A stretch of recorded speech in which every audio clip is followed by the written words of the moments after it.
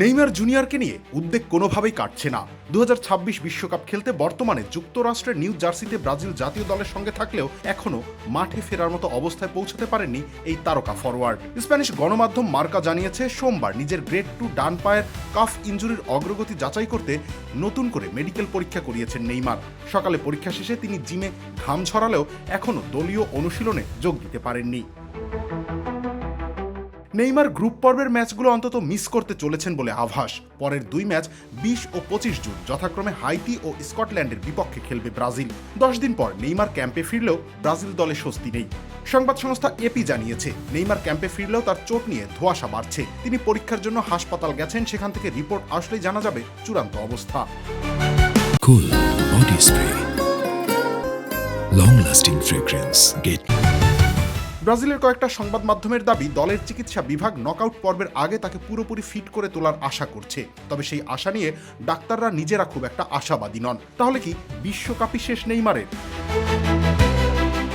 গত 17 মে ব্রাজিলিয়ান লিগের একটা ম্যাচে চোট পান সান্তোস তারকা। ঘটনাচক্রে সেই চোট পাওয়ার একদিন পরই ব্রাজিলের বিশ্বকাপ স্কোয়াড ঘোষণা করেন কোচ কার্লো আনচেলোত্তি। চোট থাকা সত্ত্বেও নেইমারকে 26 সদস্যের দলে রেখেছিলেন ইতালিয়ান কোচ। আশা ছিল টুর্নামেন্ট চলাকালীন সময় তিনি সুস্থ হয়ে উঠবেন। তবে এখন পর্যন্ত সেই আশা পূরণ হয়নি। বিশ্বকাপ শুরুর পর নেইমার 1 মিনিটও মাঠে নামেননি, এমনকি আনচেলোত্তির অধীনে কোনো দলীয় অনুশীলনেও অংশ নিতে পারেননি। ইনজুরির কারণে তিনি পানামা ও মিশরের বিপক্ষের প্রস্তুতি ম্যাচ মিস করেছেন। পাশাপাশি মরক্কোর বিপক্ষে ব্রাজিলের বিশ্বকাপের প্রথম ম্যাচেও মাঠে নামতে পারেননি। মেটলাইফ স্টেডিয়ামে অনুষ্ঠিত সেই ম্যাচে বেঞ্চে বসেই 1-1 ড্র দেখেছেন তিনি।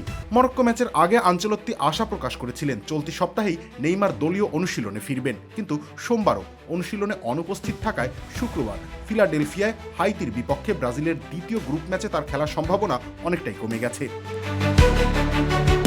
ক্যারিয়ারের শেষ বিশ্বকাপ খেলার অপেক্ষায় থাকা নেইমার দীর্ঘদিন ধরেই চোটের সঙ্গে লড়াই করছেন। 2023 সালের 17 অক্টোবর উরুগুয়ের বিপক্ষে বিশ্বকাপ বাছাই পর্বের ম্যাচে বাহাটুর এসিএল ও মেনিসকাস ছিঁড়ে যাওয়ার পর থেকে তিনি আর ব্রাজিলের সিনিয়র দলের হয়ে কোনো অফিসিয়াল ম্যাচ খেলেননি। এখন ব্রাজিল শিবির ও কোচ আনচেলোত্তি দুজনেই অপেক্ষায় আছেন সুসংবাদের। তবে সেলেসাও সমর্থকদের মনে একটাই প্রশ্ন, কবে আবার জাতীয় দলের জার্সিতে মাঠে নামবেন নেইমার, নাকি জাতীয় দলের জার্সিতে আর মাঠেই নামবেন না তিনি? রবিউল ইসলাম রনি, খেলা 71।